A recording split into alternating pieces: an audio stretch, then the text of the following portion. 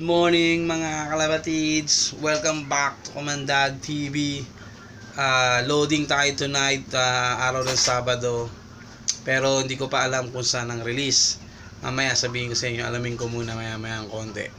So magpapatoka muna tayo, ihahanda natin dalawa nating Warriors para bukas. At sana makauwi kasi medyo malayo na yan. Tingin ko Talavera na. Tingin ko lang hindi pa ako sure kung Talavera. So mga kalapatids, isa rin sa problema ko yung loft natin.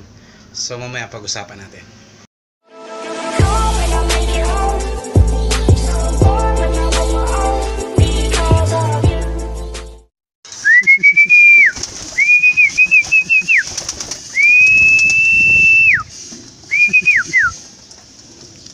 Yun na nga guys, balik tayo dun sa topic na natin ngayong araw na to, yung sa clearing operation. Natuloy na po yung clearing operation dito sa lugar namin, kung saan sa tapat po ng bahay namin yung lagayan ko po ng mga breeders. So yun na nga po, problema is talagang kailangan namin alisin yung mga na nakalagay dun sa harap ng bahay namin. So bali Tuesday babalik sila kasi Monday is holiday. So Tuesday nila sisimulan yung pagki-clearing. So ang tendency niyan, balik na naman dito sa itaas. Pakita ko dito kasi dati yung sa pwesto na yan. Ayan. Diyan nakalagay yung mga kalapati ko noon.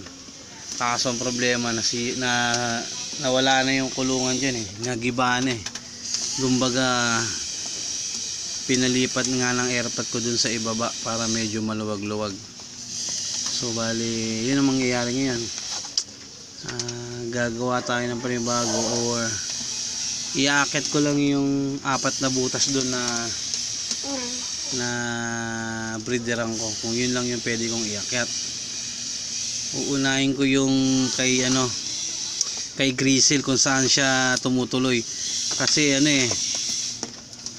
may hirapan tayo sa pagpapauwi ni Grizzle wala na yun dun. Pagka uwi siya wala na yung kulungan niya dun. So yun na lang gagawin ko.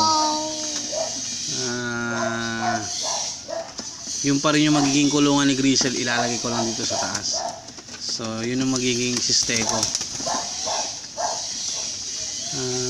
Yun lang mga kalapatids yung update ko sa loop nila. Tuluyan na pong didemolish sa Tuesday. So wala naman tayo magagawa kundi sumunod. So yun lang. At mamaya mga kalapatids, loading tayo ng club training natin. So wala pa yung wala pa kung saang i-release. Hindi ko pa alam wala pa akong balita, pero makikibalita ako.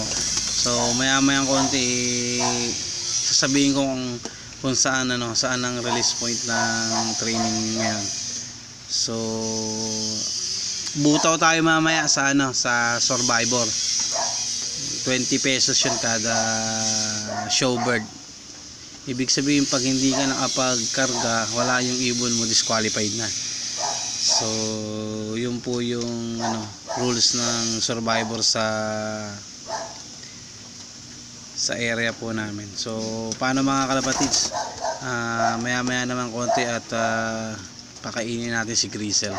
So tara guys. Yun na nga mga kalapatids, cancel na yung loading tonight. Resume tayo bukas ng umaga kapag maganda yung panahon.